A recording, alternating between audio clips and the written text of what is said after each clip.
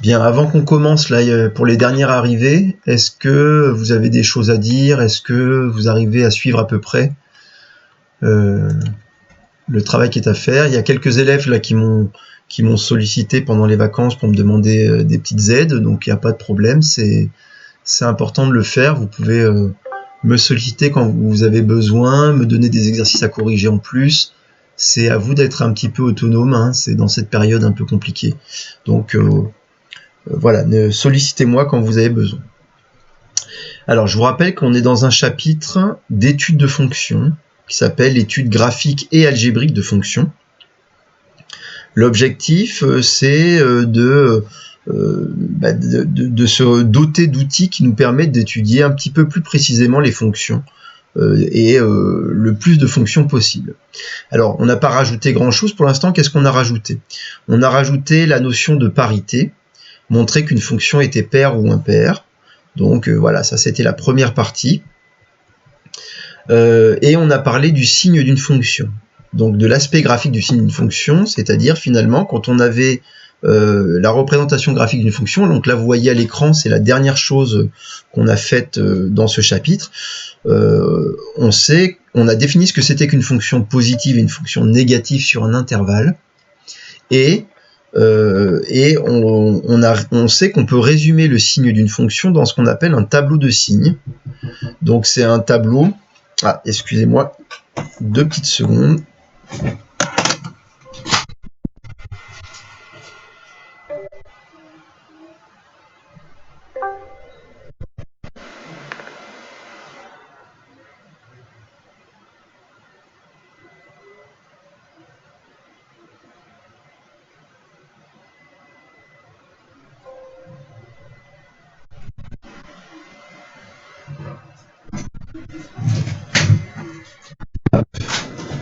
Excusez-moi, je suis désolé, c'était une petite interruption. Alors je reprends. Donc on avait dit donc que pour une fonction, quand on pouvait résumer le signe d'une fonction donc dans ce qu'on appelait un tableau de signes, et donc par intervalle, sur chacun des intervalles, on pouvait écrire ce que c'était quand la fonction était positive ou négative.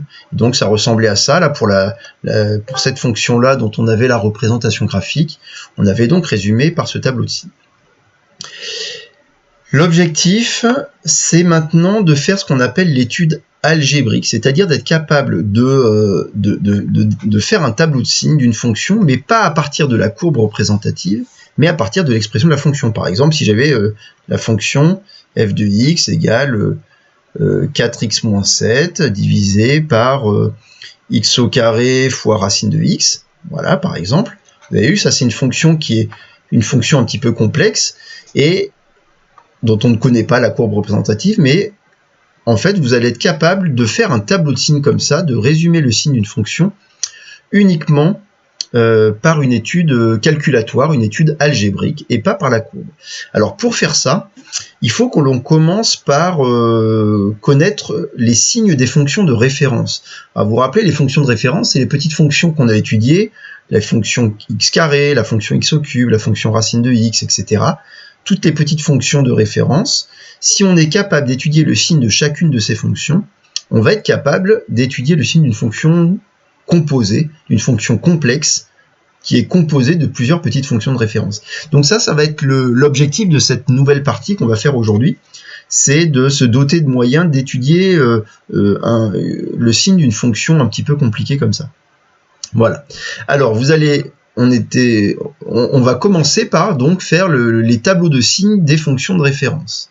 Donc vous mettez petit d, tableau de signes des fonctions de référence, à la suite. A priori, on avait mis petit c, conséquence graphique, hein, donc on en est petit d. Voilà.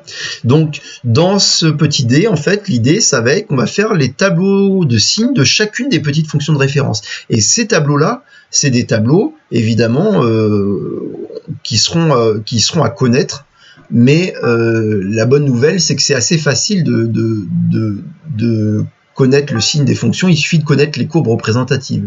Vous savez qu'on sait lire graphiquement les signes, et donc nous on va partir des courbes représentatives des fonctions de référence que l'on a déjà étudiées pour en déduire les signes. Donc ça va pas être compliqué. Mais dites-vous que ces petits tableaux, c'est ces tableaux-là qui vont être importants pour être capable d'étudier le signe d'une fonction complexe comme ça, comme la fonction f qui est ici. Il faut d'abord connaître les signes des petites fonctions de référence. Bien. Commençons par la fonction carré. Donc la fonction carré, on commence par écrire son ensemble de définitions. Donc elle est définie entre moins l'infini et plus l'infini.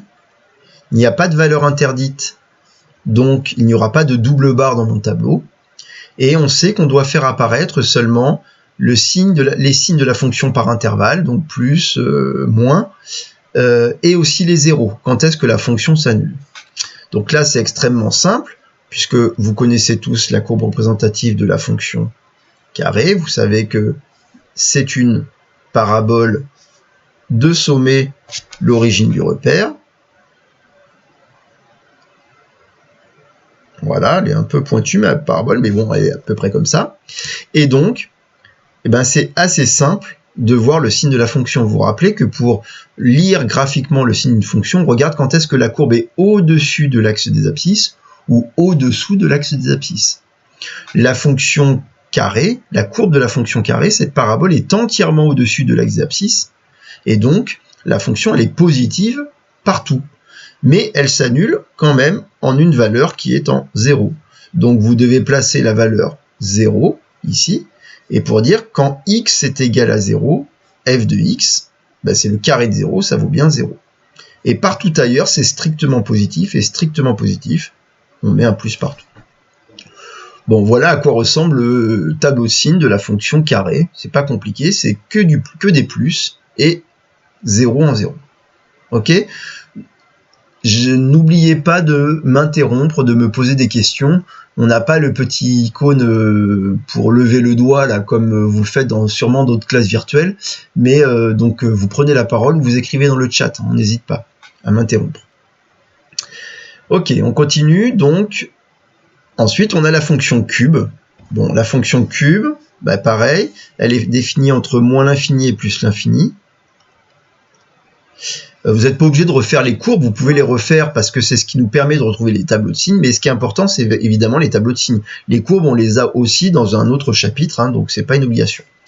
La fonction cube, vous vous rappelez la courbe représentative? La courbe représentative, elle a cette forme-là. C'est une fonction impaire, donc la courbe, elle est symétrique par rapport à l'origine. Mais voilà à quoi ressemble à peu près la courbe de la fonction cube. Et donc, vous voyez bien que si on veut connaître le signe de la fonction cube, entre moins l'infini et 0, la courbe est en dessous de l'axe abscisse, donc c'est strictement négatif. Ça s'annule en 0. Et entre 0 et plus l'infini, c'est strictement positif. Voilà donc le signe de la fonction cube. Ok ? On continue, donc on va avoir ici toutes nos petites fonctions de référence et vous allez voir qu'on va rajouter dans les dernières des fonctions qu'on n'a pas trop retravaillées cette année. Ce sont les fonctions affines, donc on va y passer un petit peu plus de temps. Bon, voilà pour la fonction cube. Fonction inverse. Alors, fonction inverse, donc, je refais... Alors, elle est définie entre moins l'infini et plus l'infini, mais rappelez-vous que la fonction inverse, elle a une valeur interdite, puisque 0 n'a pas d'inverse, puisqu'on ne peut pas diviser par 0. Donc on est sûr qu'en 0, de toute façon, on va mettre une double barre pour dire que 0 n'a pas d'image. Donc les valeurs interdites apparaissent dans les tableaux de signes. Je fais la petite représentation graphique de ma fonction inverse. Vous vous rappelez que la fonction inverse, elle est représentée par une hyperbole. Une hyperbole dont les axes sont les axes abscisses ordonnés. Elle est symétrique par rapport à l'origine, comme ça. Et donc, elle est en deux morceaux. Il y a deux branches de l'hyperbole. Pourquoi elle est en deux morceaux? Parce que justement, il y a une valeur interdite. Et donc, le fait que 0 n'ait pas d'image, on sait que ça crée un saut et une fonction qui est en deux morceaux. Mais bon, hormis ça, quand on s'aperçoit que c'est très facile de voir le signe de la fonction inverse quand on est entre moins l'infini et 0, donc entre moins l'infini et 0, ben on voit que la courbe est entièrement en dessous de l'axe des abscisses, et donc la fonction est strictement négative. Et entre 0 et plus l'infini, la courbe est entièrement au-dessus de l'axe des abscisses, ça veut dire que les images sont strictement positives, donc les inverses sont strictement positifs. Hein, en gros, l'inverse d'un négatif, c'est négatif, l'inverse d'un positif, c'est positif. Voilà. C'est bon, hein, vous donc faites rapidement vos petits tableaux, hein, on n'y passe pas trop de temps. Si ça va trop vite, vous me le dites dans le chat ou vous m'interrompez. Ok, donc là, on a vu la fonction carré, on connaît le signe de la fonction carré, le signe de la fonction cube, enfin le tableau de signes, le tableau de signes de la fonction inverse. Qu'est-ce qu'il nous reste? Il nous reste la fonction racine de x, la racine carrée. Alors, racine carrée de x, cette fonction, quelle est, rappelez-vous, on peut partir de la courbe cette fois. À quoi ressemble la courbe de la fonction racine de x? Vous vous rappelez, elle ressemble un peu à la... C'est en fait une branche de parabole, elle ressemble à x carré, mais ce n'est qu'un morceau, et elle a cette forme-là, la fonction racine de x. Et la courbe, vous avez vu, elle n'est que à droite de l'axe des ordonnées. Pourquoi? Parce que la fonction racine n'est définie que entre 0 et plus l'infini. Il n'y a pas de racine carrée de nombre négatif. La courbe est entièrement, on s'aperçoit qu'elle est entièrement au-dessus de l'axe des abscisses, et donc évidemment, c'est strictement positif partout, sauf que quand même, elle passe par l'origine du repère, et donc l'image de 0, c'est donc la racine carrée de 0, c'est 0.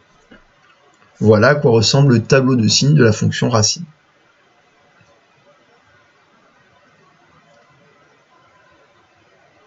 C'est bon, tout le monde y est?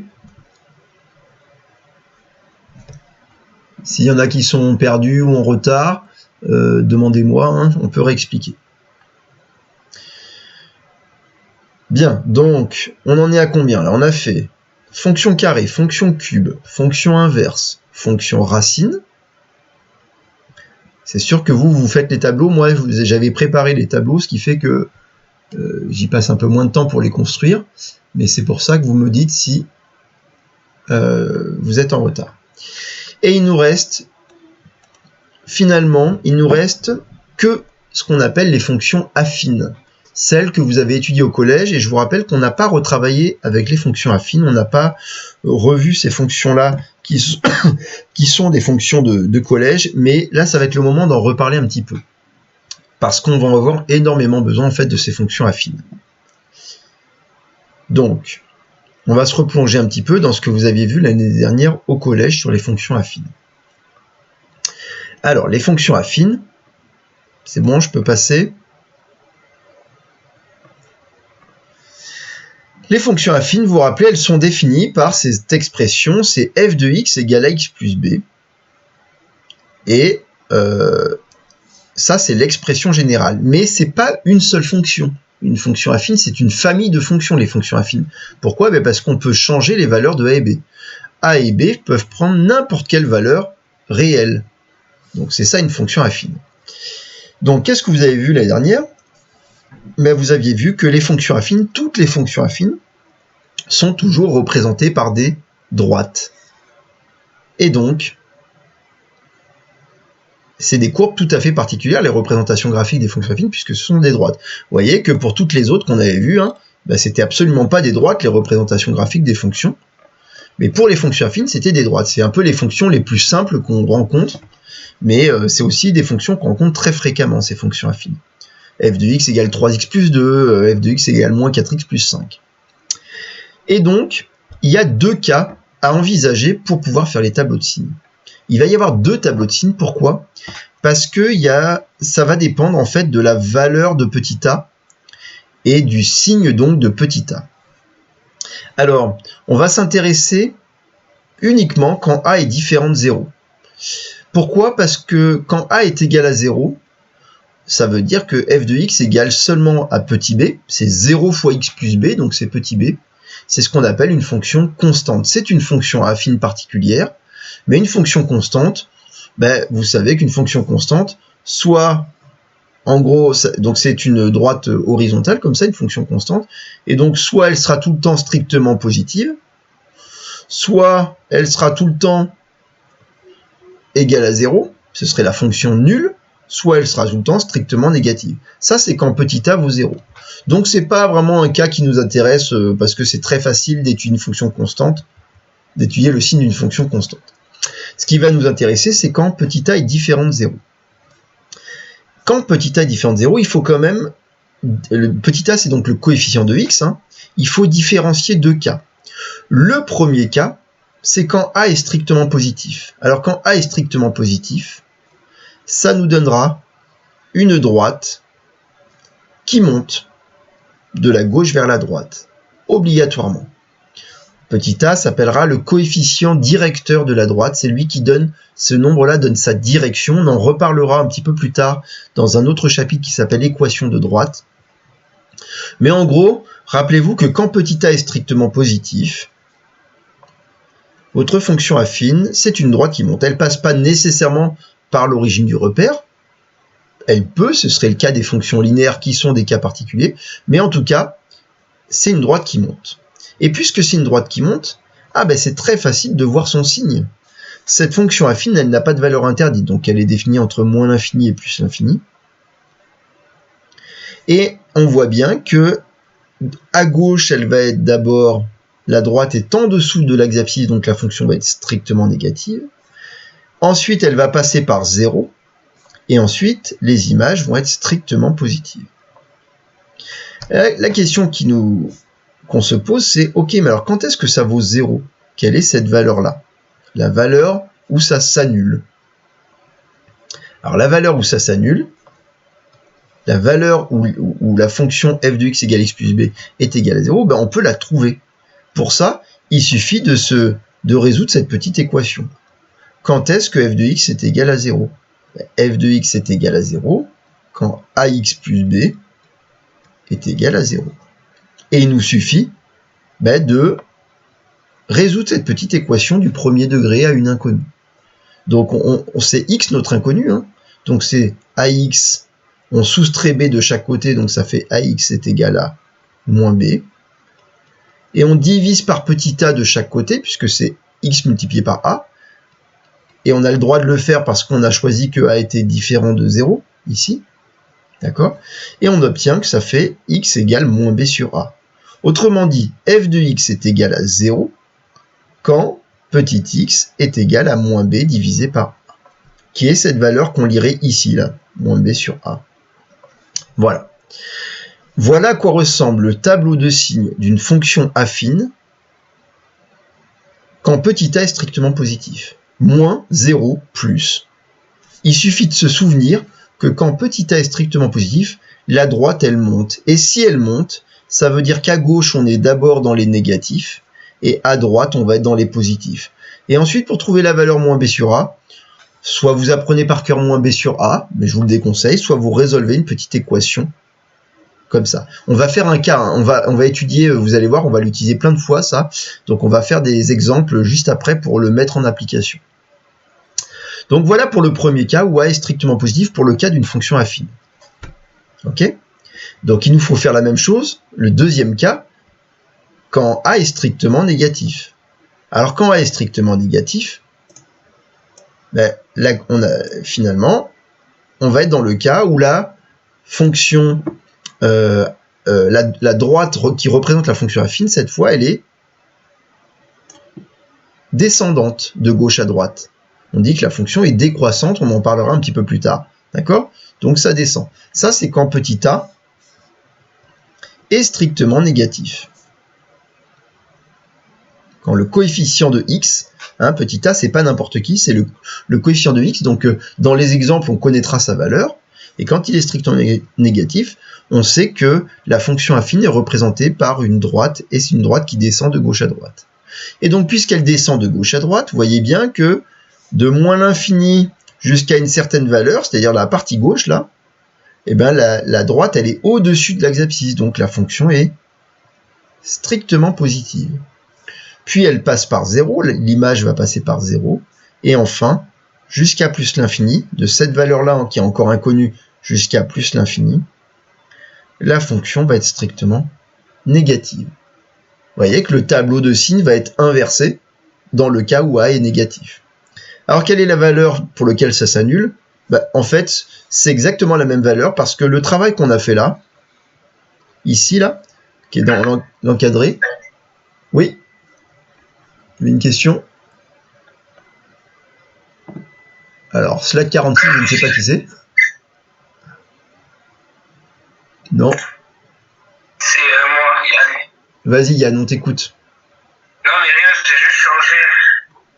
J'étais sur le tel et je me suis mis sur l'ordi. Entendu. Ok. Ça va, tu arrives à voir le stream? Oui. Ok. Donc, ce que je disais, c'était la valeur ici qui annule donc la fonction affine. En fait, c'est exactement la même, c'est-à-dire la petite équation qu'on avait résolue dans le cas où A était strictement positif, c'est en fait la même pour le cas où A est strictement négatif. Et donc, c'est toujours moins B sur A, ici. Bien, ça clôt le petit d, c'est-à-dire que maintenant, on est capable au moins de connaître les tableaux de signes de toutes nos petites fonctions de référence de seconde. Donc, je vais vous le remettre, mais si je résume, on sait maintenant, vous devez être capable, donc il faut avoir en tête les représentations graphiques, vous devez être capable de retrouver facilement les tableaux de signes de la fonction x carré, de la fonction x au cube, de la fonction 1 sur x, de la fonction racine de x, et d'une fonction affine. Que petit a soit positif ou petit a soit négatif, vous devez être capable de faire le tableau de signes. Et vous allez voir qu'en connaissant tout ça, on va être capable d'étudier le signe de fonction plus compliqué que ça. Ok ? On va rajouter un petit exemple juste à la suite, là, avant de passer au petit e. Si vous avez le temps de copier, donc à la suite, vous marquez exemple. Et puis, vous allez me faire le tableau de signes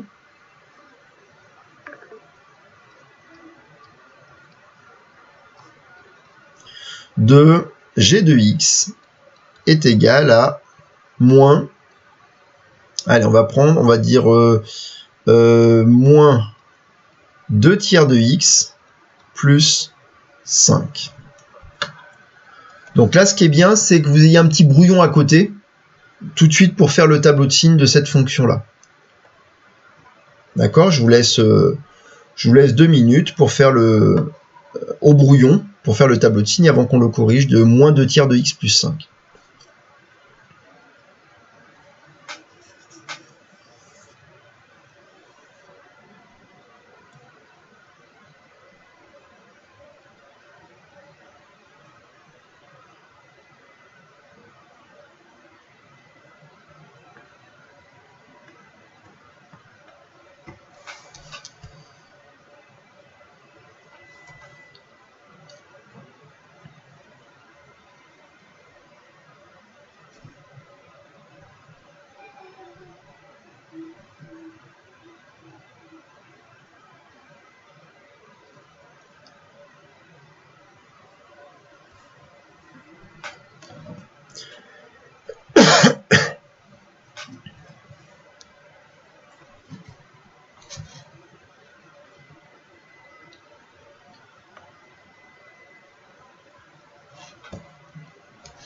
N'hésitez pas à poser des questions si besoin, pendant que vous cherchez.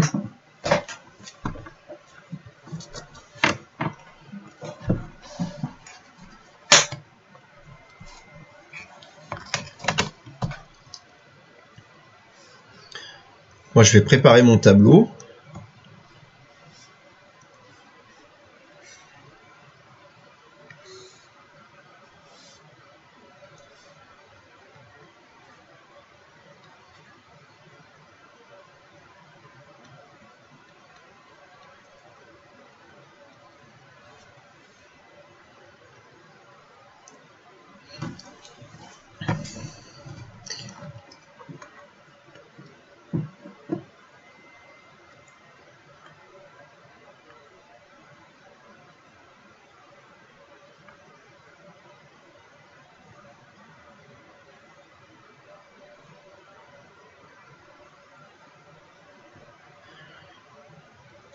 Léo, c'est toi qui nous donneras la solution quand tu auras trouvé?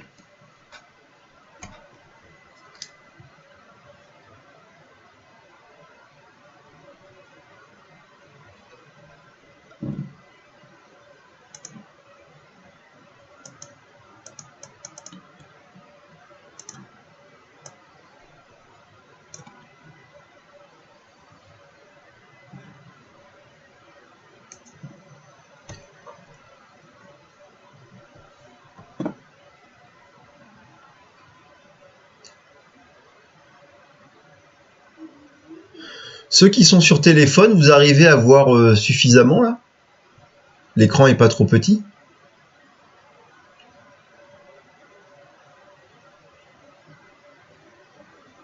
Ok. Léo, t'es avec nous? Ah, ça l'a fait partir.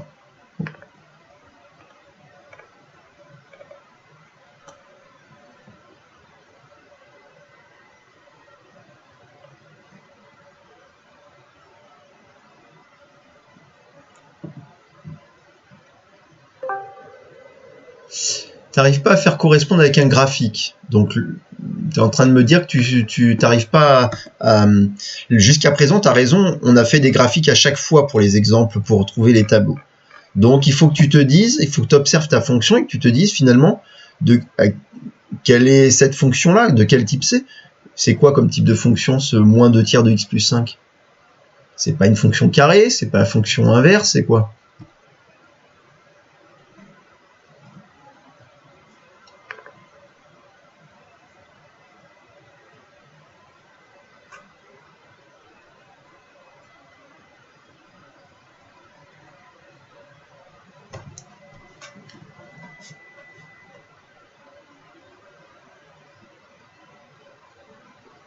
Bah, regarde, bah, d'accord, ok, on les a pas beaucoup travaillés, mais ça, c'est exactement ce qu'on vient de faire juste avant. Ça, c'est la forme d'une fonction affine. Les fameuses fonctions là que vous avez travaillées les dernières, ça, c'est petit a, le moins 2 tiers, et ça, c'est petit b. C'est bien de la forme a fois x plus b. C'est une fonction affine. D'accord? Donc, puisque c'est une fonction affine, bah, le tableau de signe ne peut ressembler qu'à un de ces deux tableaux. En gros, il suffit de se dire, ok, ben, est-ce que petit a est positif ou est-ce que petit a est négatif? Est-ce que on sait que ça va être, puisque c'est une fonction affine, ça va donc être représenté par une droite. Est-ce que la droite elle monte ou est-ce qu'elle descend? Et ça, c'est dépendant seulement de petit a, du signe de petit a. Or ici, petit a il vaut moins 2 tiers, c'est le coefficient de x, et donc cette fonction elle est représentée par une droite qui descend de gauche à droite. Et puisqu'elle descend de gauche à droite, on est sûr que le signe, entre moins l'infini et plus l'infini, on est sûr que le tableau de signes, ce sera plus, 0, moins. La seule chose qu'il faut ensuite trouver, c'est la valeur où ça s'annule. Et donc c'est là où vous avez deux méthodes possibles. Soit vous apprenez par cœur que c'est toujours moins b sur a, et comme vous avez déterminé b et déterminé a, ben vous pouvez faire le petit calcul. Mais c'est une formule à apprendre en plus qui n'est pas obligatoire puisque on peut toujours essayer plutôt de résoudre l'équation g de x égale 0. G de x égale 0, c'est moins 2 tiers de x plus 5 égale 0. Et donc en résolvant cette équation, on trouvera la valeur qui est importante ici. Le tableau de signes, on ne l'a pas trouvé tant qu'on n'a pas trouvé cette valeur. Parce que dire que c'est positif puis négatif, si on ne sait pas dire sur quel intervalle c'est positif, on n'a pas étudié son signe encore. D'accord? Donc, résolvons l'équation. Moins 2 tiers de x plus 5 égale 0. Ben, c'est moins 2 tiers de x est égal à moins 5. Vous commencez par isoler moins 2 tiers de x. Donc, on soustrait 5 de chaque côté. Puis on doit... là, on a une multiplication par moins 2 tiers. Donc, on peut évidemment faire... On va le isoler x en divisant par moins 2 tiers. Donc, on va pas garder ça comme valeur. Moins 5 divisé par moins 2 tiers, c'est pas du tout satisfaisant comme valeur, si on devait travailler avec. Donc d'abord, qu'est-ce qu'on fait? On réfléchit, quel est le signe de ce nombre-là? C'est le quotient de 2 négatifs. D'après la règle des signes, c'est positif. Et ensuite, il reste à faire 5 divisé par 2 tiers. Et vous savez que 5 divisé par 2 tiers, c'est la même chose que 5 multiplié par l'inverse de 2 tiers, c'est-à-dire 3 demi. Et donc, au final, 5 fois 3 demi, ça fait égal à 15 demi. 15 demi ou 7,5 si vous voulez, mais on peut garder ici 15 demi, qui est la valeur pour laquelle ça s'annule. Alors là, l'équation était un petit peu plus compliquée parce qu'il y avait un coefficient qui était sous forme d'une fraction. Il y avait un petit travail à faire en plus, mais c'est ça l'idée. Ok ? Bon. Alors ça, c'est... ok, ça demande un petit peu de travail pour une fonction affine plus que pour la fonction carré, la fonction cube, où c'est juste à la connaître par cœur, et enfin savoir la retrouver à partir de la représentation graphique. Hein. Là, il n'y a pas de calcul à faire, c'est plus simple pour les autres. Mais évidemment, ça reste que des fonctions de référence. Et ce qui nous intéresser, c'est, encore une fois, être capable de faire un tableau de signes d'une fonction compliquée. Et regardez cette fonction-là, par exemple, son numérateur est une fonction affine, et dans son dénominateur, il y a le produit de la fonction carrée, de la fonction racine carrée. Donc, comment faire l'étude du signe d'une fonction qui est composée de plusieurs fonctions de référence? C'est ce qu'on va apprendre à faire maintenant. Ok? Donc, finissez vite de copier, et on va passer donc au petit e, qui va être l'étude algébrique du signe d'une fonction. Donc, petit e,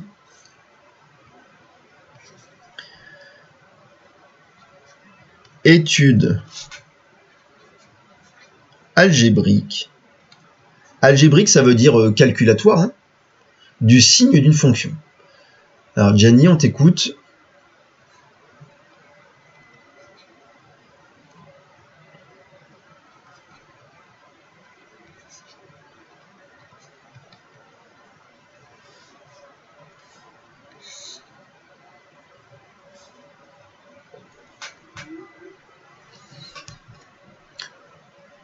Si votre micro fonctionne, vous pouvez aussi prendre la parole, c'est plus facile. Hein. Alors, est-ce que si on multiplie une fonction carrée par une fonction racine, ça fait une fonction affine? Multiplier une fonction carrée par une fonction racine, pourquoi est-ce que ça donnerait une fonction affine? Une fonction affine, j'ai du mal à comprendre quand tu me dis multiplier une fonction carrée avec une fonction racine. Quand tu fais ça, il n'y a pas vraiment de simplification là. Donc ça donne, il y a peu de chances que ça ressemble à du ax plus b. Ça, c'est une fonction affine, a fois x plus b. Ah, peut-être que ça s'annule. Non, ce que tu me demandais, c'était pas la multiplication. Ce que tu me demandes, c'est ça. Est-ce que racine de x carré, est-ce que ça, c'est bien x? Et x, c'est 1 fois x plus 0, qui est une fonction affine. Donc x est une fonction affine. Donc c'était plutôt dans cette idée-là que tu me demandais. Est-ce que là, ça va s'annuler? Alors, il y a juste un petit problème. Ça marche pas tout le temps, cette égalité. La racine carrée et le carré ne marchent que pour les nombres positifs. Tu vois, par exemple, la racine carrée de 3 au carré, c'est vrai que ça, c'est égal à 3. Mais si tu prends la racine carrée de moins 3 au carré, c'est pas égal à moins 3. Pourquoi? Parce que moins 3 au carré, ça fait moins 3 fois moins 3, ça fait 9. Donc c'est racine carrée de 9, et racine carrée de 9, ça fait 3. Donc, des fois, ça donne x, et des fois, ça donne moins x, suivant si x est positif ou x est négatif. Bon, on clôt la parenthèse, on en avait parlé avec la fonction racine à ce moment-là, c'était pas toujours aussi simple que ça. Donc, revenons à nos moutons, donc revenons à l'étude algébrique d'une fonction un peu plus compliquée. Alors on va le faire progressivement. On va commencer par une fonction, donc exemple 1. Si par exemple, on voulait étudier le signe de cette fonction.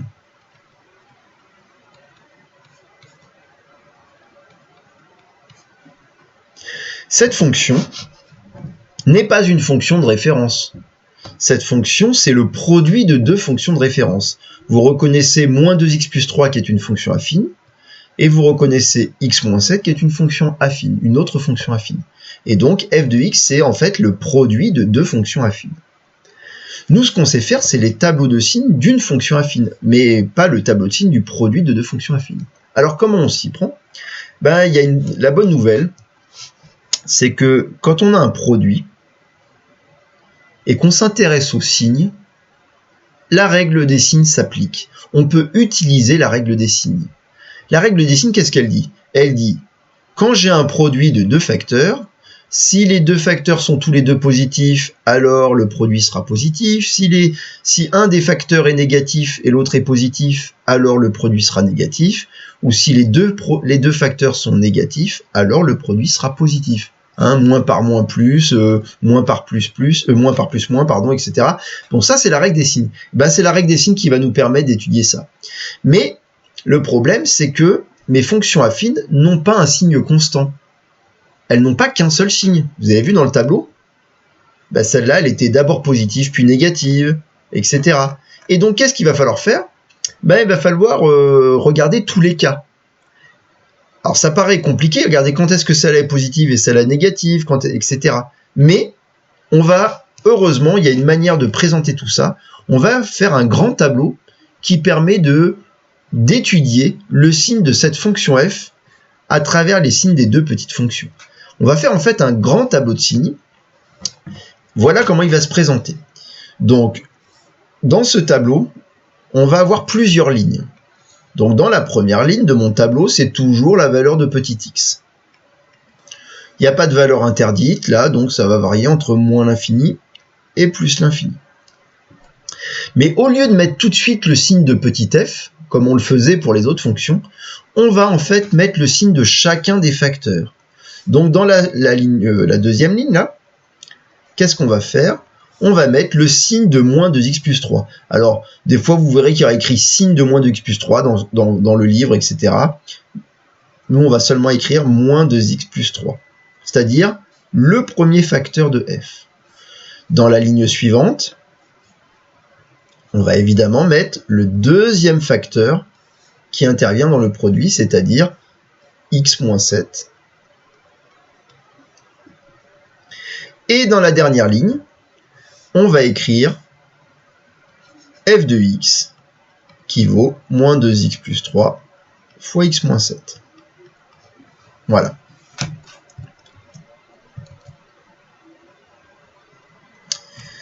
C'est-à-dire le produit des deux.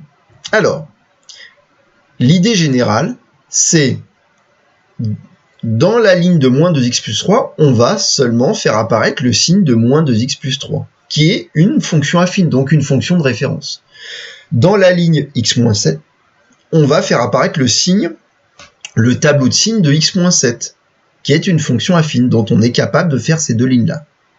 Donc ça, c'est la première chose à faire. Alors, commençons par moins 2x plus 3. Moins 2x plus 3, c'est une fonction de référence, une fonction affine, dont le coefficient petit a est négatif. Puisque petit a est négatif,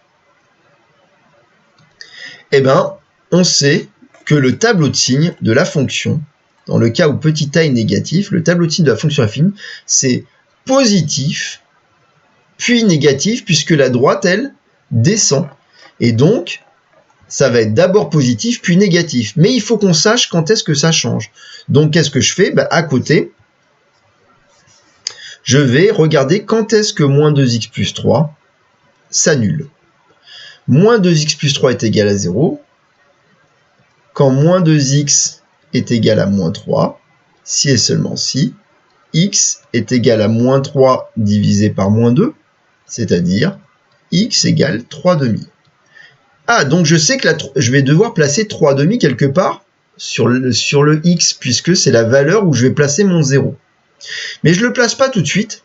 Pourquoi? Parce que je vais avoir une autre valeur à placer, c'est la valeur qui annule x-7. Donc je dois faire à côté, je regardais quand est-ce que x-7 est égal à 0. Donc x-7 est égal à 0, si et seulement si, là c'est plus rapide, c'est x égale 7. Donc 7, c'est la valeur qui annule x-7. Je dois aussi donc la placer. Donc je dois placer 3 demi et 7. Je vous rappelle que la première ligne, c'est en fait un axe, hein, c'est l'axe des réels. Et donc, il est ordonné, il faut mettre le plus petit à gauche et le plus grand à droite. Donc ici, vous placez 3,5 quelque part par ici, et puis 7 par ici. D'accord? Qu'est-ce qu'on fait ensuite? Vous tirez un trait pour qu'on visualise en fait les cases du tableau. Que ça, c'est bien un tableau où il y aura des cases, puisque dans chaque case va apparaître un signe. Alors, une fois qu'on a tiré les traits, qu'est-ce qu'on fait? On place les zéros. 3,5, c'est la valeur qui annule moins 2x plus 3, puisque, regardez, quand x égale 3,5, moins 2x plus 3 est égal à 0. Donc, vous devez placer le 0 ici. 3,5, c'est la valeur qui annule la fonction affine moins 2x plus 3. 7, c'est la valeur qui annule x moins 7, donc on doit placer ce 0 là. Voilà. Alors, ce qui est très important, c'est de, encore une fois, c'est de suivre les étapes, parce que une fois que le tableau sera terminé, eh ben, on ne saura plus dans quel ordre on a fait les choses. Or, il y a un ordre très important, très précis à suivre pour être capable de ne pas se tromper. Donc, première étape, vous calculez les valeurs qui annulent chacun des facteurs. Vous les placez dans l'ordre, dans le bon ordre. Deuxième étape, on tire les traits pour bien voir les cases du tableau. Troisième étape, on place les zéros, mais pas n'importe où, c'est les zéros hein, par rapport à notre petite résolution d'équation. Quelle est l'étape suivante? Eh ben, c'est compléter les signes des deux premières lignes. Moins 2x plus 3, on a dit que petit a était négatif, c'était une fonction affine qui était décroissante, c'est-à-dire c'est représenté par une droite qui descend de gauche à droite. Et puisque la droite, elle descend de gauche à droite, c'est d'abord positif, vous voyez, la droite sur la gauche est au-dessus de l'axe abscisse, donc c'est d'abord positif, puis négatif par rapport au 0. Et donc, regardez, ici, vous allez donc dire d'abord positif entre moins l'infini et 3,5, ensuite 0, et ensuite c'est négatif. Mais c'est négatif entre 3,5 et plus l'infini, donc vous devez mettre 2 signes moins, ici. Pour dire c'est négatif sur tout l'intervalle 3,5 plus l'infini. Ça va? Ça, c'est très important pour la première. Vous allez voir que vous allez énormément utiliser ces tableaux en première. Donc, c'est une des notions les plus importantes de cette année pour suivre en première, quelle que soit la première. D'accord? Donc, faire un tableau de signes d'une fonction. Donc, là, c'est la première fois qu'on découvre ça. On va y passer un petit peu de temps et il faudra s'entraîner. Donc, voilà pour ma première ligne. J'ai fait le signe de moins 2x plus 3. Maintenant, le signe de x moins 7. Donc, x moins 7, petit a, le petit a de x moins 7, eh ben, il apparaît là, on ne le voit pas ici. Bah oui, parce que c'est en fait 1. Quand il n'y a rien, c'est pas 0, hein, c'est 1. Si c'était 0 fois x, il n'y aurait pas de x. Donc c'est un petit 1. Et donc petit a, il est bien strictement positif, cette fois. Puisque petit a est strictement positif, eh ben, ça signifie que ma fonction affine est représentée par une droite qui monte de gauche à droite comme ça. Et donc, à gauche, on est dans les négatifs, les images sont négatives, et à droite, du 0, les images vont être positives. Donc, on revient à notre tableau, et dans notre tableau, on a déjà placé le 0, on sait qu'à gauche du 0, ce sera négatif, et à droite du 0, ce sera positif, parce que la droite, elle, monte de gauche à droite. Voilà, on a évidemment pas terminé notre tableau, parce que ce qui nous intéresse, c'est en fait la dernière ligne. Hein. Mais on a fait toute la préparation. En fait, votre fonction f était une fonction qui était le produit de deux fonctions affines. On a étudié le signe de chacune des petites fonctions qu'on a résumées dans ce tableau, sur chacune des lignes, indépendamment l'une de l'autre. Hein. Et maintenant, il nous reste le plus facile, il nous reste à appliquer la règle des signes. Par intervalle. Entre moins l'infini et 3,5, moins 2x plus 3 est positif, x moins 7 est négatif, plus par moins, c'est moins. Entre 3,5 et 7, les deux facteurs sont négatifs. Vous savez que moins par moins, c'est plus. Le produit de deux négatifs, c'est positif. Et entre 7 et plus l'infini, vous voyez que moins de x plus 3 est négatif alors que x moins 7 est positif, donc moins par plus, c'est moins. qu'est-ce qu'on met au niveau des barres? Ben regardez, en 3/2, moins de x plus 3 valait 0. X moins 7 vaut pas 0, mais on s'en fiche un peu de la valeur de x moins 7 parce que 0 fois n'importe quoi, ça fait bien 0. Et en 7, c'est le deuxième facteur qui vaut 0, bah donc le produit vaut aussi 0. Voilà le tableau de signes de moins 2x plus 3 fois x moins 7, entre moins l'infini et plus l'infini. Et voyez que là, on ne connaît pas la représentation graphique de cette fonction f, et pourtant on a quand même été capable d'étudier son signe. Pourquoi? Parce que c'était le produit de deux petites fonctions dont on était capable de connaître les signes des fonctions. Voilà vraiment cette partie petit e. Les exemples qu'on va faire, ça va être des exemples comme ça, des exemples qui finalement nous permettent de faire des tableaux de signes de fonctions compliqués à partir des petits signes des fonctions de référence. Mais on passera par des grands tableaux de signes, on appelle ça des grands tableaux de signes, puisque ça utilise les signes, ça utilise des lignes intermédiaires, si vous voulez, qui permet de trouver le signe de la fonction f. Ça va? Donc ça, c'est notre premier exemple. Vous allez voir, on va en faire plusieurs. Ok? J'en fais un deuxième. Surtout, prenez bien, écrivez bien tout ça. Vous avez. Alors oui, je voulais vous dire que je vous ai envoyé juste avant le cours une fiche d'exercice par mail. Ça va être un peu les exercices qu'on va faire en priorité, plus que ceux du livre, qui sont pour moi un peu moins adaptés, je trouve. Donc c'est l'exercice qu'on va faire en priorité dans ce chapitre-là. Même si peut-être que je vous demanderai d'en faire aussi dans le livre, on verra. Mais pour l'instant, il faut absolument que vous alliez voir ces exercices que j'ai envoyés par mail. Et en particulier, il y a 3 exercices à faire pour mercredi. Donc tout ça, c'est écrit dans le mail. Mais je vous les redonnerai à la fin du cours. Allez, un deuxième exemple.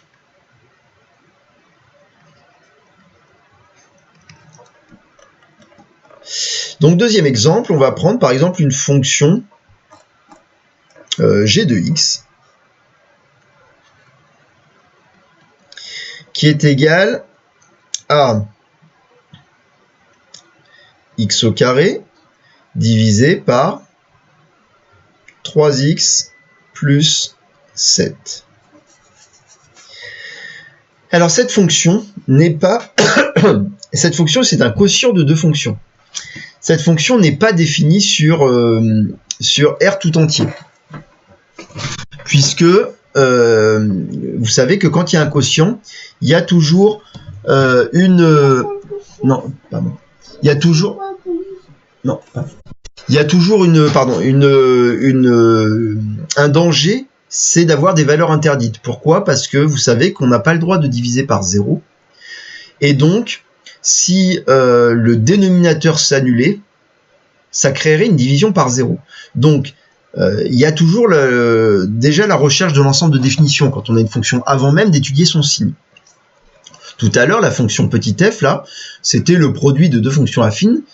Chacune des fonctions n'avait pas de valeur interdite, et donc il n'y a pas de raison que le produit ait une valeur interdite. Ici, puisque c'était seulement un produit. Mais quand on a une division, on sait que ça peut créer des divisions par 0.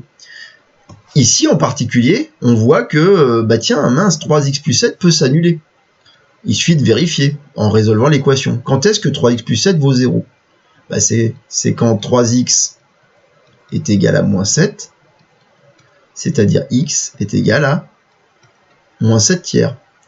Et donc, ça, c'est une valeur interdite, moins 7 tiers, puisque ça donnerait le dénominateur qui vaut 0. Autrement dit, cette fonction, son ensemble de définitions, qu'on appelle dg, c'est tous les nombres, sauf moins 7 tiers. On peut l'écrire R, privé de moins 7 tiers, rappelez-vous, ou on peut l'écrire sous forme de réunion d'intervalles, moins l'infini, moins 7 tiers ouvert, union, moins 7 tiers, plus l'infini. Ok? Ça, c'est l'ensemble de définitions. Ça veut dire que c'est évidemment la première chose à connaître, puisque c'est dans cet ensemble-là qu'on va étudier le signe de la fonction g. Ok? Donc, on sait qu'on va faire... Donc, préparons notre tableau. On sait que puisque c'est un quotient, tout à l'heure, c'était un produit. Qu'est-ce qu'on a fait? On a fait un tableau de signes qui utilisait finalement la règle des signes. N'oubliez pas que le dernier passage, le passage de ces deux-là à ici, c'est la règle des signes qui est important, qu'on applique. La bonne nouvelle, c'est quand on a un quotient, la règle des signes s'applique aussi. Le quotient de 2 positifs est positif, le quotient de 2 négatifs est positif, le quotient d'un positif et d'un négatif est négatif. Autrement dit, la règle des signes marche aussi pour les quotients. C'est pour ça qu'on va faire exactement le même tableau. Donc, allons-y pour notre tableau. Alors, puisqu'on a un quotient, on a besoin encore une fois de 4 lignes. Une ligne pour x, une ligne pour le numérateur,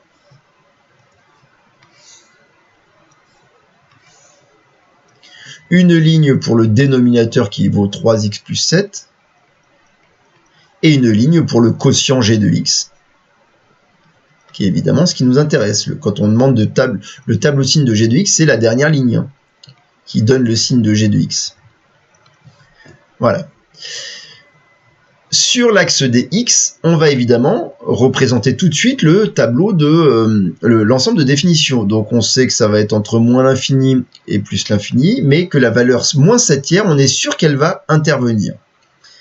Alors le problème, c'est que si je la place à gauche, à droite, peut-être que je vais avoir un problème avec d'autres valeurs. Donc on va regarder, avant de la placer, moins 7/3, on va regarder les valeurs qui annule chacun des facteurs. Alors 3x plus 7, c'est bien moins 7/3, on l'a déjà calculé, donc très bien, mais il faut regarder quand est-ce que x carré est égal à 0. Donc on peut résoudre une équation, x carré égale 0, mais rappelez-vous que x carré, c'est une fonction de référence. Donc vous connaissez déjà le tableau de signes.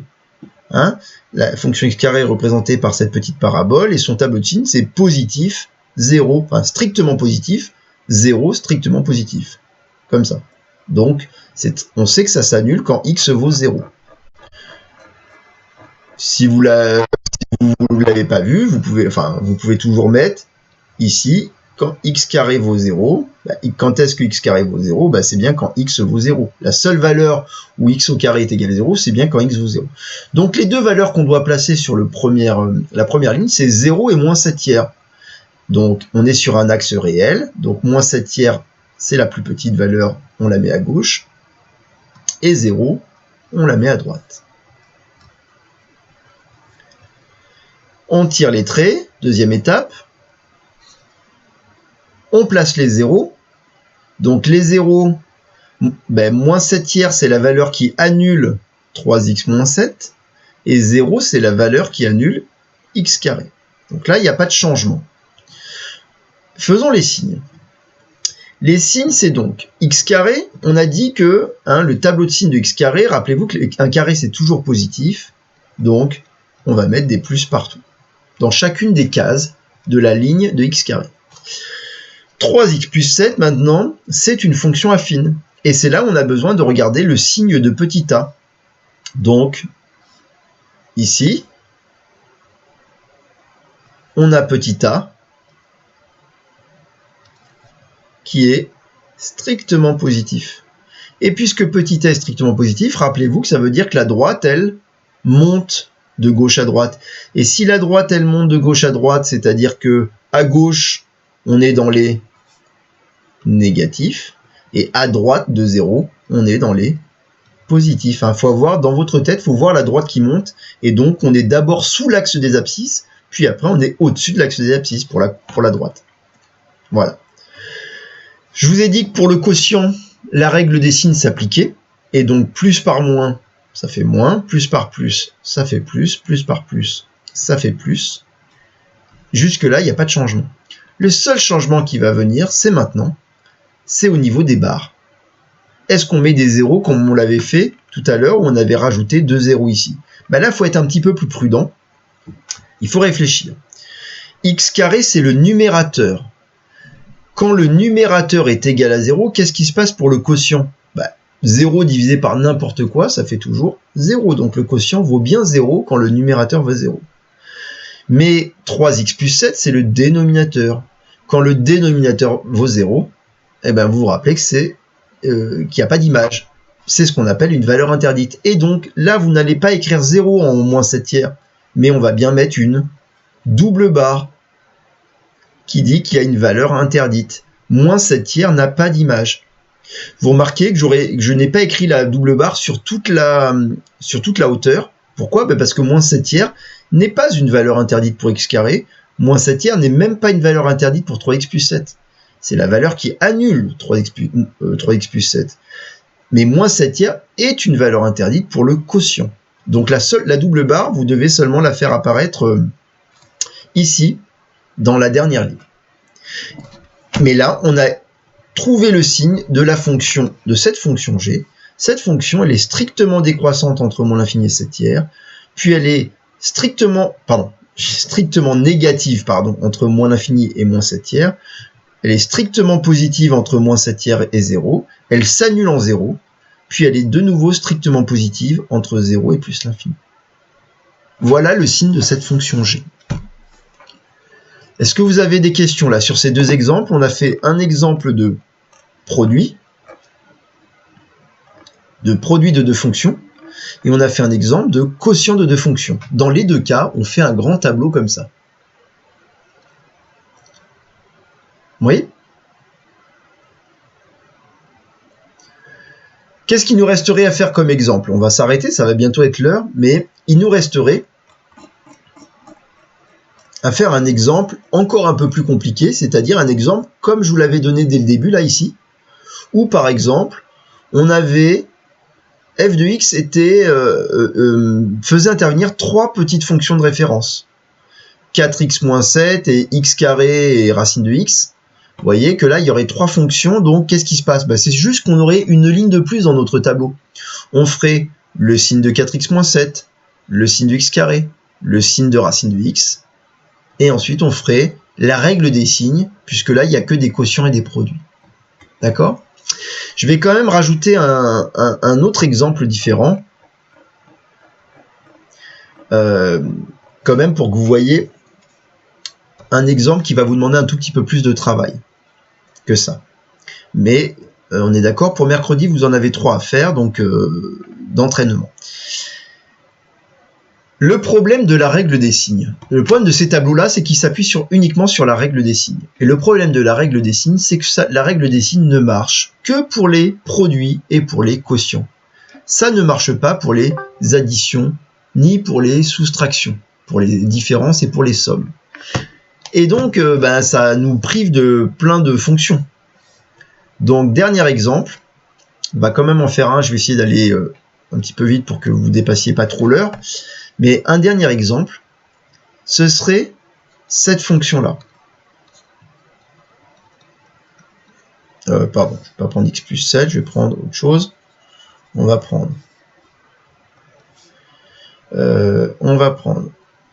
x moins 3 au carré plus x moins 3 fois moins x plus 4. Voilà, prenons un truc comme ça. Alors, cette fonction n'est pas le produit ou le quotient de deux fonctions de référence, puisque cette fonction, vous remarquez que c'est une somme. Et donc, on ne peut pas, il faut surtout pas vous lancer dans un tableau comme ça si on vous demande d'étudier le signe de h. Alors, elle n'a pas de valeur interdite, elle est définie sur R tout entier, donc pas de problème, mais on ne peut pas faire un tableau de signes, comme ça, directement. Pourquoi? Parce que c'est une somme et que la règle des signes ne s'applique pas à la somme. La somme de deux positifs, la somme d'un positif et d'un négatif plutôt, on ne peut pas savoir ce que ça va donner. Des fois c'est positif, des fois c'est négatif. Ça va dépendre de leur valeur. Donc, qu'est-ce qu'on fait? Évidemment, on se ramène au cas précédent. Le cas précédent, c'était ce qu'on savait faire, c'est tiens, on sait faire quand c'est un produit. On a une somme. Il suffirait de transformer cette somme en un produit. Or, transformer une somme en un produit, ça s'appelle factoriser. Et donc, on va évidemment, première étape, on va devoir factoriser h.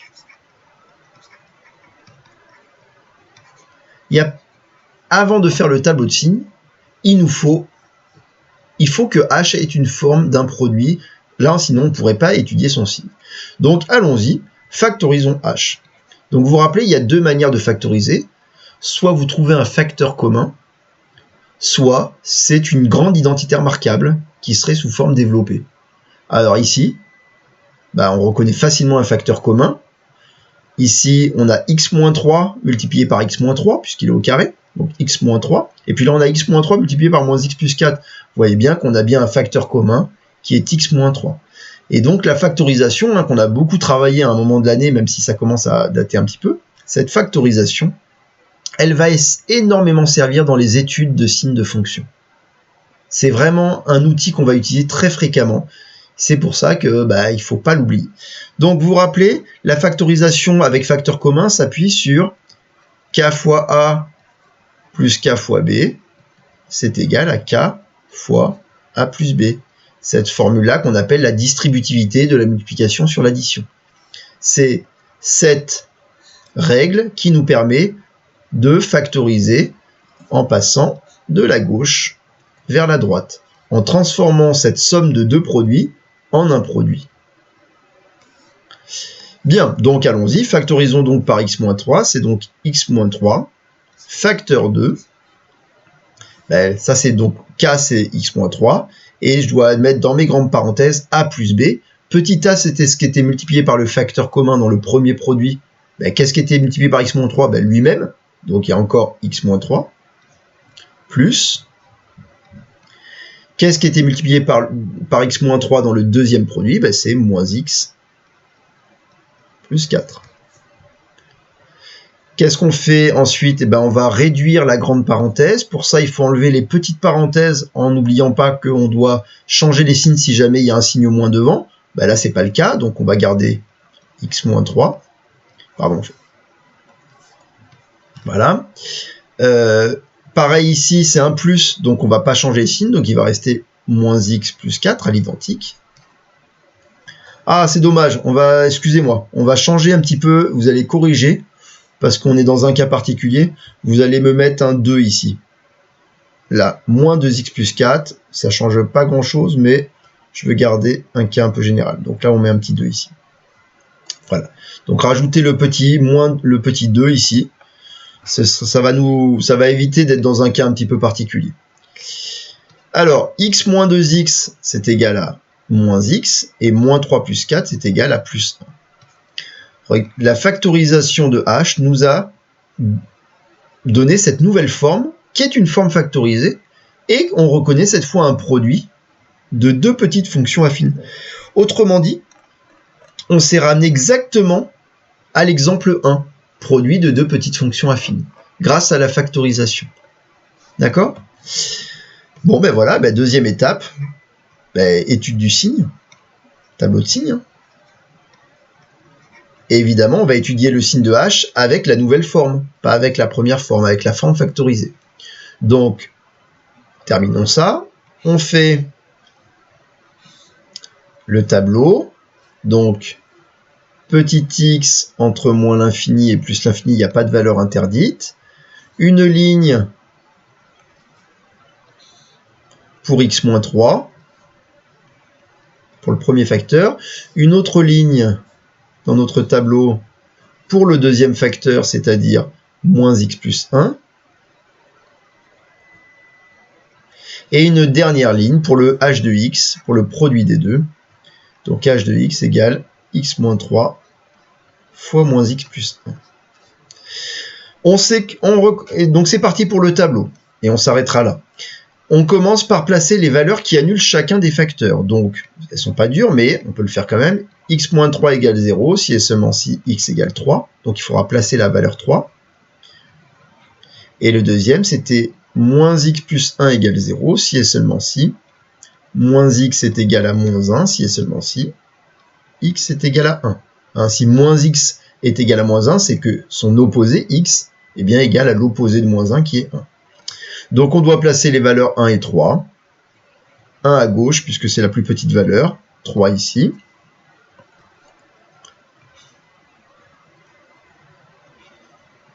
On trace les lignes de notre tableau. On place les 0. 1, c'est la valeur qui annule moins x plus 1. Donc c'est le 0 ici. 3, c'est la valeur qui annule x moins 3. Donc c'est ce 0-là. Il ne faut pas vous tromper dans les zéros, sinon tous vos signes vont être faux. Ensuite, on va compléter les signes. X moins 3, c'est une fonction affine. Le coefficient de petit a, il vaut combien? Ben, c'est le coefficient de x. Comme il n'y a rien, c'est que c'est 1. Donc il est strictement positif, petit a.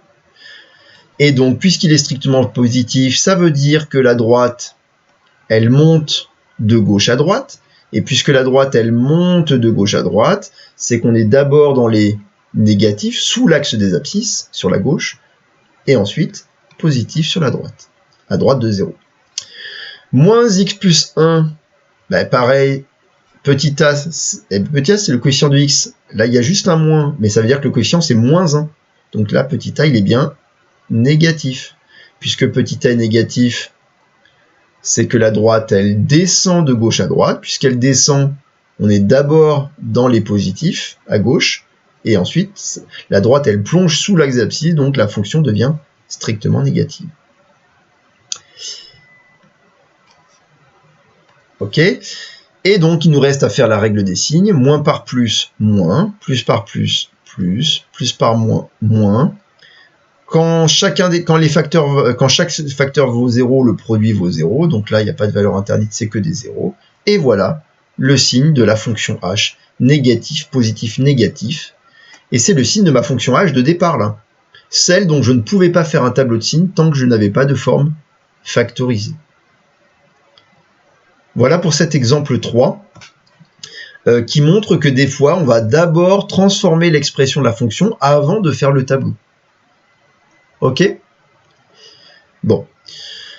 Bien, on va s'arrêter là, juste écrire le travail à faire, même si je vous l'ai mis dans le mail. Donc, le travail que vous avez à faire pour mercredi. Donc, c'est pour mercredi, on se revoit mercredi à 9h.